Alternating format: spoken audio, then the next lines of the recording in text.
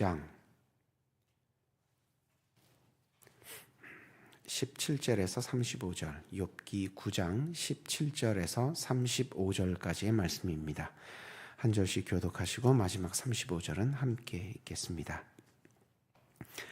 그가 폭풍으로 나를 치시고 까닭없이 내 상처를 깊게 하시며 나를 숨쉬지 못하게 하시며 괴로움을 내게 채우시는구나. 힘으로 말하면 그가 강하시고 심판으로 말하면 누가 그를 소환하겠느냐. 가령 내가 의로울지라도 내 입이 나를 정죄하리니 가령 내가 온전할지라도 나를 정죄하시리라.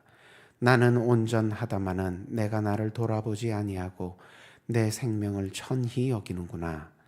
일이 다 같은 것이라. 그러므로 나는 말하기를 하나님이 온전한 자나 악한 자나 멸망시키신다 하나니. 갑자기 재난이 닥쳐 죽을지라도 무죄한 자의 절망도 그가 비웃으시리라. 세상이 악인의 손에 넘어갔고 재판관의 얼굴도 가려졌나니 그렇게 되게 한 이가 그가 아니시면 누구냐. 나의 날이 경주자보다 빨리 사라져버리니 복을 볼 수가 없구나. 그 지나는 것이 빠른 배 같고 먹이에 날아가는 녹소리와도 같구나. 가령 내가 말하기를 내 불평을 잊고 얼굴빛을 고쳐 즐거운 모양을 하자 할지라도 내 모든 고통을 두려워하오니 주께서 나를 죄 없다고 여기지 않으실 줄을 아나이다. 내가 정죄하심을 당할진대 어찌 헛되이 수고하리이까. 내가 눈 녹은 물로 몸을 씻고 잿물로 손을 깨끗하게 할지라도 주께서 나를 개천에 빠지게 하시리니 내 옷이라도 나를 싫어하리이다. 하나님은 나처럼 사람이 아니신지 내가 그에게 대답할 수 없으며 함께 들어가 재판을 할 수도 없고 우리 사이에 손을 얹을 판결자도 없구나. 주께서 그의 막대기를 내게서 떠나지 아니하시고 그의 위험을 두렵게 하지 아니하시기를 원하나. 함께 읽습니다. 그리하시면 내가 두려움 없이 말하리라. 나는 본래 그렇게 할 수 있는 자가 아니니라. 아멘. 담임 목사님 공석으로 인해서 당분간 부목사님들이 새벽마다 한 주씩 돌아가며 예배와 기도의 순서를 담당하십니다. 예배와 기도를 담당하는 직분자들은 바뀔지라도 예배와 기도를 받으시는 하나님은 언제나 동일하십니다. 동일하신 하나님께서 우리의 예배와 기도를 기쁘게 받아주실 줄 믿고 소망하며 말씀과 기도의 자리에 힘써 나와 말씀과 기도의 자리를 지키시기를 주님의 이름으로 부탁드립니다.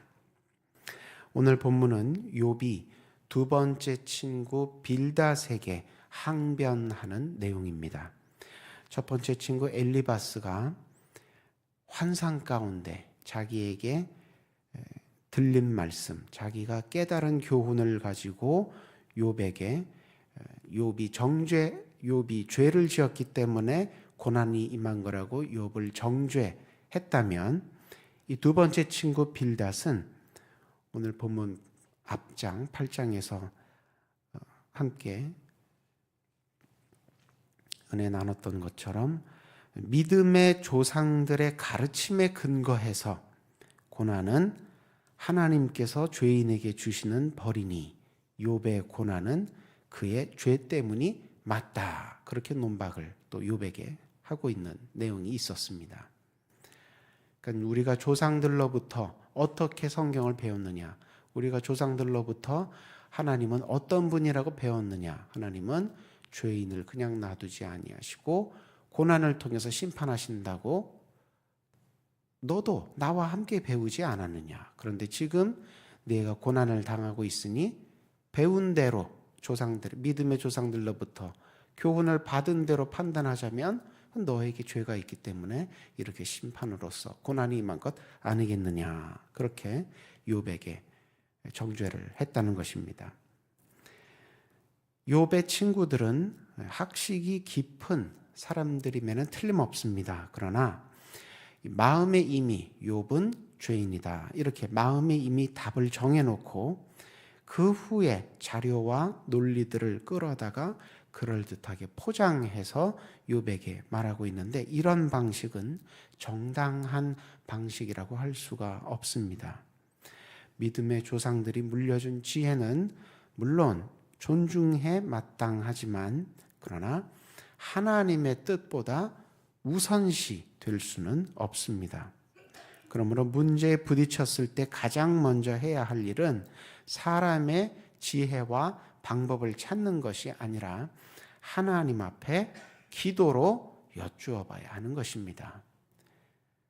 어떤 문제에 부딪혔을 때 내가 조상들로부터, 학교에서 혹은 선생님들, 선배들로부터 부모님들로부터 아무리 좋은 것을 배워서 알고 있다 할지라도 그러나 제일 먼저 할 일은 하나님께 여쭤봐야 하는 것이고요. 그리고 마음속에 이거는 이렇게 해야 돼. 이게 옳아. 이렇게 마음속에 이미 정해놓고 그 다음에 자료를 찾는다든지 방법을 찾는다든지 하나님께 기도해서 물어본다든지 그것은 정당한 방법이 아니라는 것입니다. 왜냐하면 이미 내 마음속에 내 소견에 오른 대로 정답을 갖고 있기 때문에 이럴 경우에는 하나님이 응답을 주셔도 튕겨낼 수 있게 되기 때문입니다.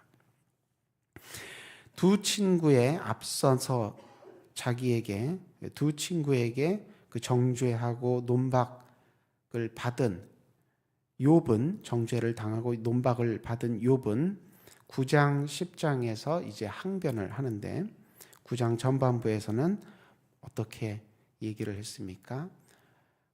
한마디로 하나님은 초월적인 전능자이시기 때문에 누가 감히 그분이 하시는 일을, 그분이 내리시는 판결을 이해할 수 있겠느냐? 누가 그분의 판결에 마음에 안 든다고 논쟁할 수 있겠느냐?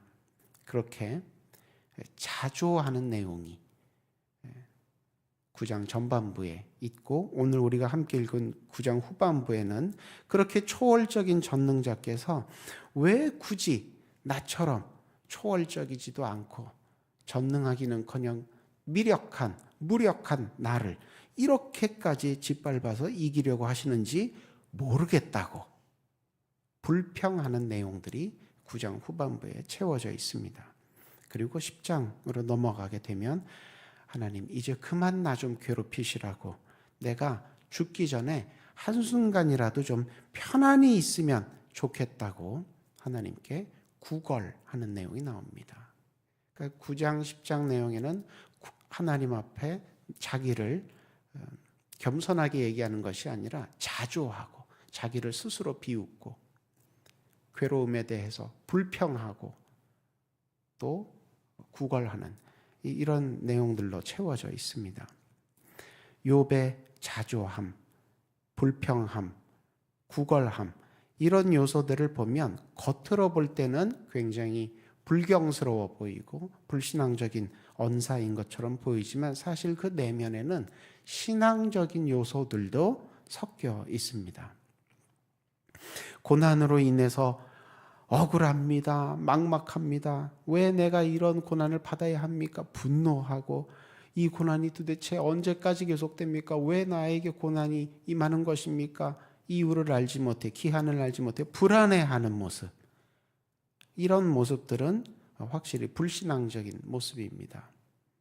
그러나 이런 하나님 앞에 쏟아놓는 불평과 원망의 말들도 결국은 욥이 하나님을 고난 가운데 잊어버리지 않았기 때문에 하나님을 고난으로 인하여 떠나지 않았기 때문에 하나님 앞에서 이런 비록 불평의 기도, 원망의 기도지만 이런 기도를 쏟아놓고 있다는 것이지요.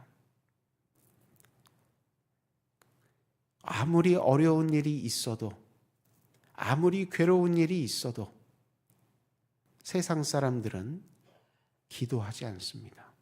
어렵고 괴롭고 아프고 힘든 일이 있으면 세상 사람들은 돈을 더 의지하고 권력을 더 의지하고 이도 저도 안 되면 점장이라도 찾아가고 그런데 아무리 아프고 어렵고 괴롭고 힘든 일이라도 신앙인들에게서는 공통적으로 나타나는 행동이 있습니다. 무엇이겠습니까? 기도하는 것입니다. 물론 욥이 우리에게 보여준 기도자의 모습이 우리가 기대하는 교과서적인 모습은 아닙니다. 고난 가운데 주여 그래도 내가 순종합니다. 고난 가운데 주여 내가 인내하게 하옵소서, 나를 지켜주옵소서, 겸손하게 기도하는 모습이 우리가 생각하는 모범적인 교과서적인 기도자의 모습인데 욥은 전혀 그렇지가 않았습니다. 오늘 우리가 본문에서 함께 읽은 바에도 분명히 나타나지만 하나님 앞에 원망 불평을 마구 쏟아내고 있습니다. 경건한 언사는 아니지요. 그러나 기도하고 있습니다. 그래서 욥은 신앙인이라는 것이지요. 또 친구들을 향해서도 마찬가지입니다. 어떻게 너희는 나한테 상처에 소금을 이렇게 뿌려댈 수가 있느냐. 탄식하고 원망하고 불평하고 막말을 막 쏟아놓는 이런 욥이 이제 하나님께도 그런 식으로 불평, 불만, 막말을 막 쏟아놓습니다. 이것도 굉장히 불경스럽게 보이죠. 그런데 사실은 이런 하나님 앞에 대들고 사람에게는, 친구들에게는 뭐 논쟁을 하다 보니까 그렇게 말이 격해지고 심해졌다고 이해할 수 있지만 어떻게 하나님 앞에서까지 이렇게까지 대들 수 있느냐, 이렇게까지 불평할 수 있느냐. 그 장면만 보면 욥이 굉장히 불경건해 보이는, 믿음을 잃어버린 것 같은 모습이지만, 그러나 욥이 끝까지, 저 뒤에 31장까지 끝까지 욥이 초지일관 하나님 앞에 여쭙는 것이 무엇입니까?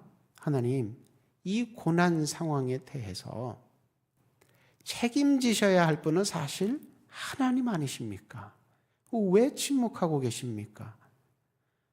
하나님이 이 모든 길흉화복을 다 주장하시는 전능자시니까 하나님이 대답해 주셔야 되는 거 아닙니까? 하나님이 해결해 주셔야 되는 거 아닙니까? 이런 불평의 밑바탕에는 무엇이 깔려 있습니까?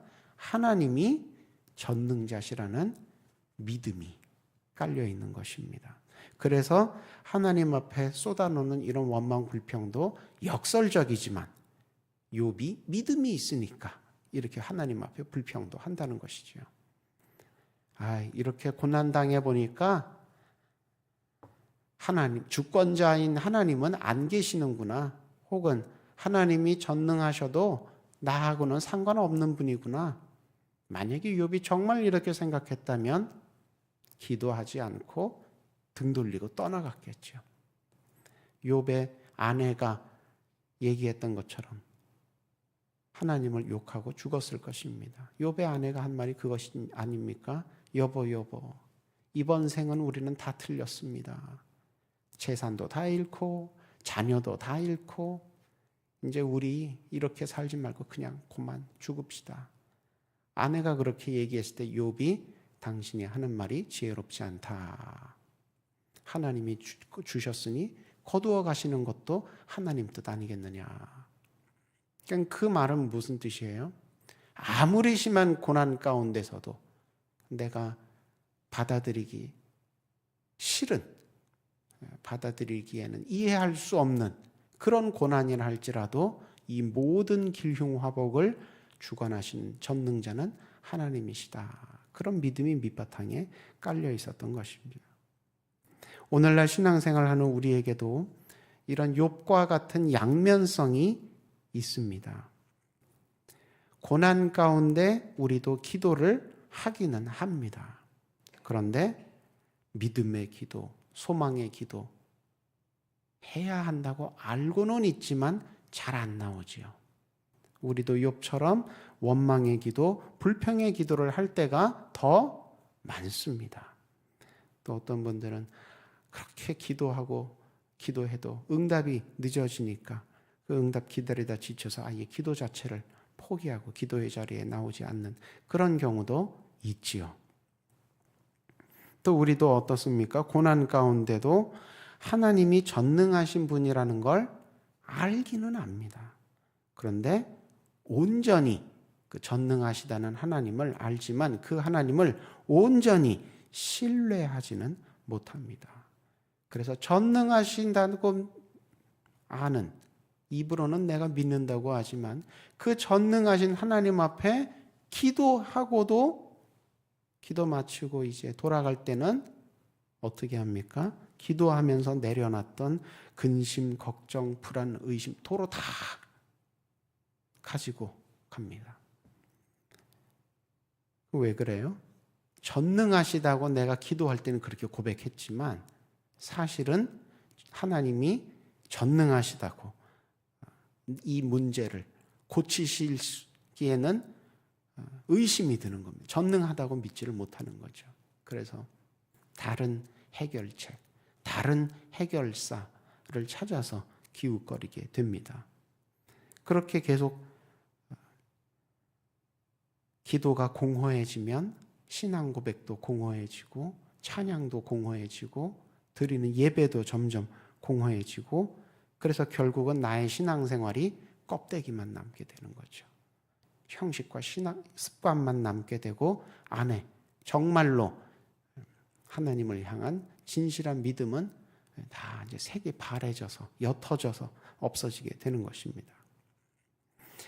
욥이 하나님 앞에 자신의 상황이 전혀 나아지지도 않는데도 불구하고 계속해서 끈질기게 항변하고 불평하고 탄원했던 이유는 단순히 그가 괴롭고 억울하기 때문만은 아니었습니다.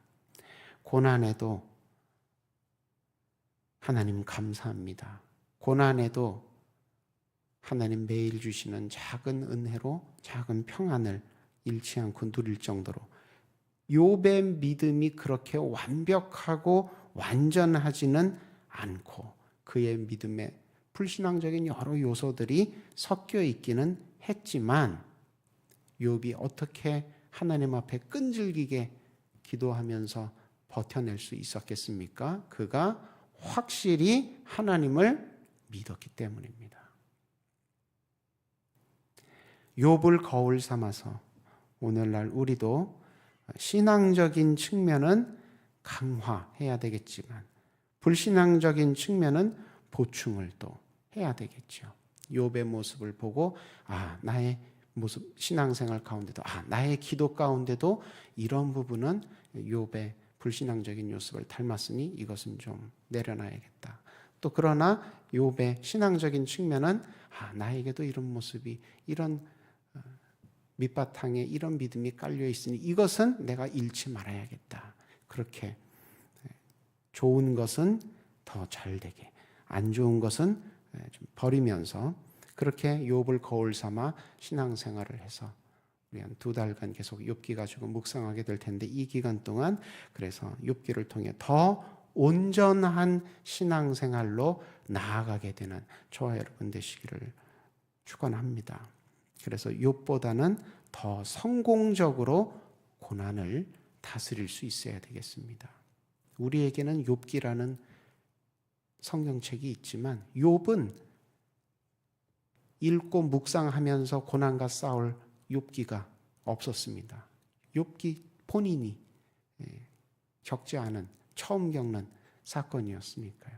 우리에게는 욥기가 있습니다. 그러니 우리는 욥보다는 더 지혜롭고 더 경건하고 더 온전하게 신앙생활을 할 수 있다는 것입니다. 그렇게 욥기를 통해서 하나님 앞에 고난 가운데라도 점점 더 하나님 앞에 가까이 나아가시기를 주님의 이름으로 부탁합니다. 함께 기도하겠습니다. 고난 앞에 믿음으로 버티고 견디고 마침내 이기기를 오늘도 응원하시고 격려하시는 주님, 말씀을 통해 고난을 이길 힘은 기도와 말씀 외에 없음을 다시 한번 깨닫게 하시니 감사합니다.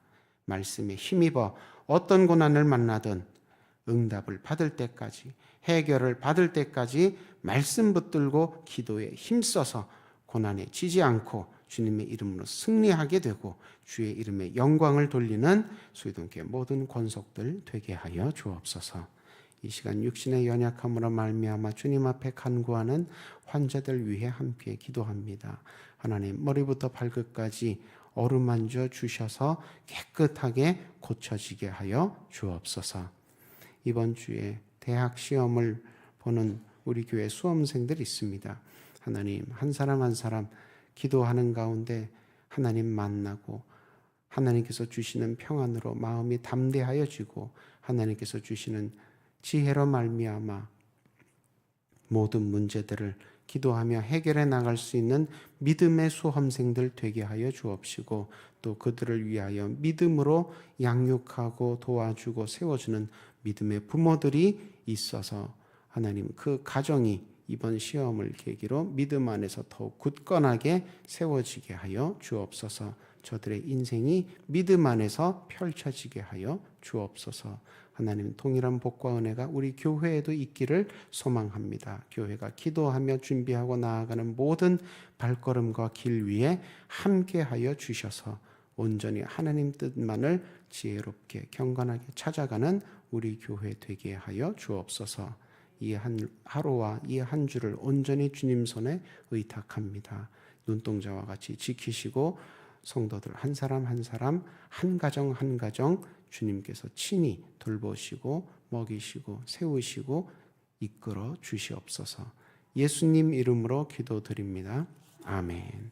하늘에 계신 우리 아버지, 아버지의 이름을 거룩하게 하시며 아버지의 나라가 오게 하시며 아버지의 뜻이 하늘에서와 같이 땅에서도 이루어지게 하소서. 오늘 우리에게 일용할 양식을 주시고 우리가 우리에게 잘못한 사람을 용서하여 준 것 같이 우리 죄를 용서하여 주시고 우리를 시험에 빠지지 않게 하시고 악에서 구하소서. 나라와 권능과 영광이 영원히 아버지의 것입니다. 아멘. 교회와 개인의 기도 제목으로 기도하십니다.